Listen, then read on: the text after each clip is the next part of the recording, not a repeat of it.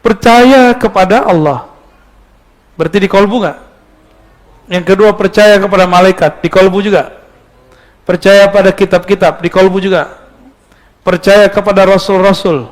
Rasul semuanya 313, nabi semuanya 124.000. Catat.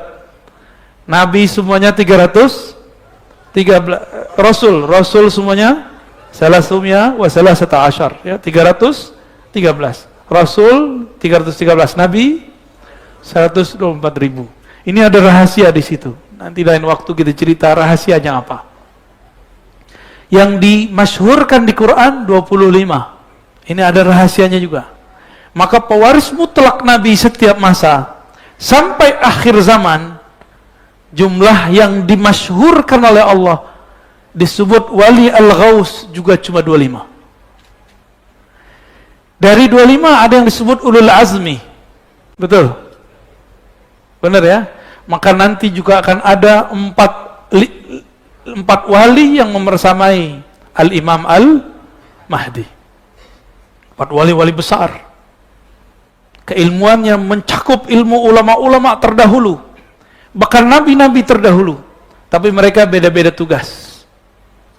Yang 4 ini. Itu yang membackup nanti Al-Imam Al-Mahdi. Tapi entah dia yang membackup Imam Al-Mahdi, entah Al-Mahdi yang backup dia. Sepertinya yang kedua yang benar ya. Baik. Percaya kepada hari akhir. Hari akhir, tanda-tandanya. Ini sekarang nih. Maka hemat saya, semoga benar. Corona adalah tanda-tanda hari akhir. Tanda-tanda asyratis sa'ah. Kan ada tanda, 3 tanda. Tanda kecil, tanda menengah, tanda besar. Dan corona, hemat saya, wallahu a'lam bishawab, adalah awal dari tanda itu. Inilah awal kemunculan Dajjal. Kan nggak mungkin dia nongol duluan, dia kan 40 hari doang. Corona udah berapa hari nih? Udah 2 tahun, udah mau muncul lagi yang kedua. Maka sebelum dia masuk ke negeri ini, kita ngaji dulu banyak-banyak. Ntar kita ngumpet lagi di rumah, main zoom-zoom lagi kita ya. Nanti tetap ngaji, Sahih Muslim, tenang aja antum, yang penting pegang tuh. Ya, yang antum benci itu loh, buatan Cina. Ya, atau yang buatan yang antum benci juga buatan Yahudi, Amerika, Apple. Ya, benci tapi beli. Ya. Main-main namanya. Bisnis ya bisnis aja, muamalat, jangan dibawa ke bab iman. Ya, saya ngajak kita, mari kita pakai akal yang sahih, dalil yang kuat. Dan yang terakhir, takdir baik dan takdir apakah dia baik ataupun buruk. Ini kalimat aslinya tu'mina bil qadari. Engkau percaya kepada kadar. Kadar itu artinya ukuran, ketentuan, kadar.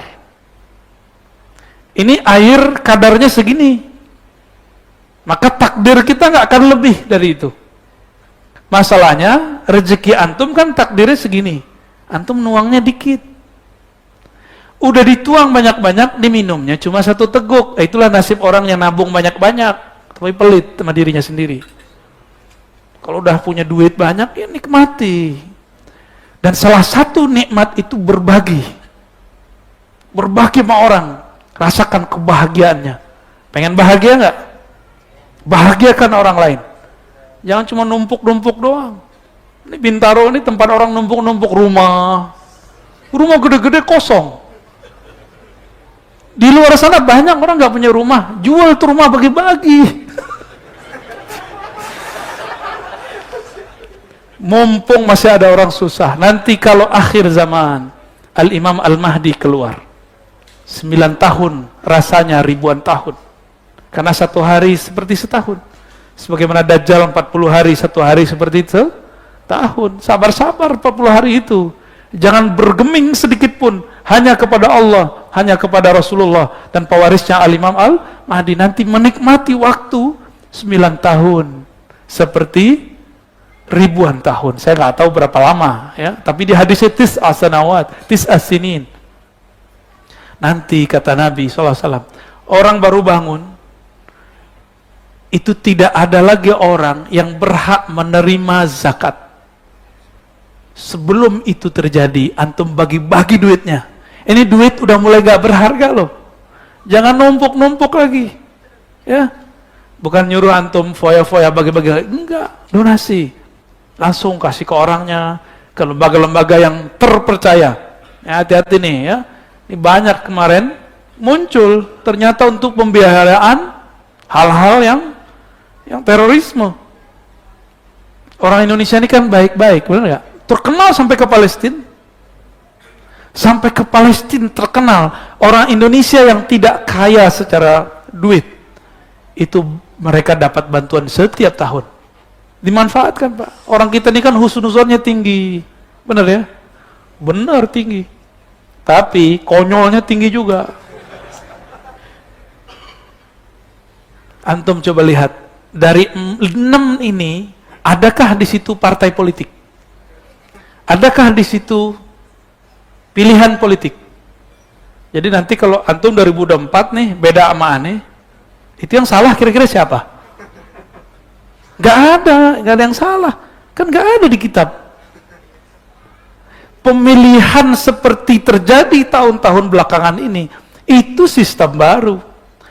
Saya mau tanya sama antum, demokrasi itu agama atau sistem muamalat berpolitik? Kalau itu sebuah agama, maka kita kafir semua. Tapi adakah ulama yang mengatakan demokrasi itu agama? Ada nggak? Ulama PA ada. Kalau demokrasi dia bilang produk Yunani, kufur, monarki, itu sampai sekarang di Saudi kenapa ente nggak kafirkan? Monarki itu monarki, mamlakah, kerajaan. Sampai sekarang Saudi masih nggak?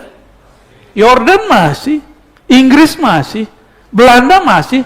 Itu Eropa jualan demokrasi, mereka masih pakai kerajaan. Maka kita main demokrasi buat Allah sendiri. Dulu Soekarno buat demokrasi terpimpin, Soeharto buat demokrasi Pancasila. Sekarang demokrasi apa nih? Gado-gado. Demokrasi gak jelas. Jadi demokrasi itu beda daerah, beda ini.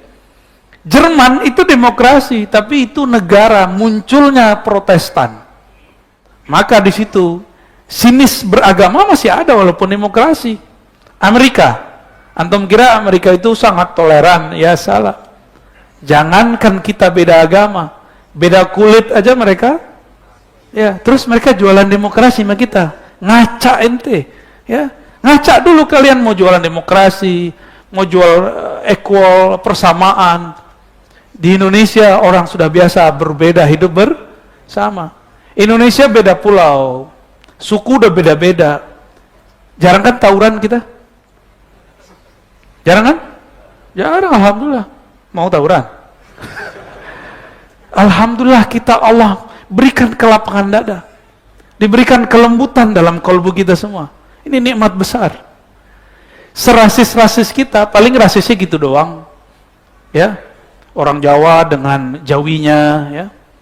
Orang Medan, Batak dengan Bataknya, Aceh dengan Aceh, gitu-gitu aja. Nggak ada yang sampai merasa dirinya paling mulia di dunia, nggak ada. Ya, kecuali yang sudah nggak waras ya. Jadi gimana? Beda politik, ini saya ulang-ulang di mana-mana. Kemanapun saya pergi, saya mengkampanyekan ini. Karena saya tidak berpartai, saya mengkampanyekan kedamaian antar partai. Ya, mau antum? Coba diingat-ingat, beda politik bukan beda iman. Beda politik bukan beda Islam. Beda coblosan bukan berarti beda agama. Ya, jadi nanti kalau kejadian lagi, tolong yang waras ya. Tolong yang waras. Sembari kita menjaga kewarasan itu, kita baca lagi hadis berikut.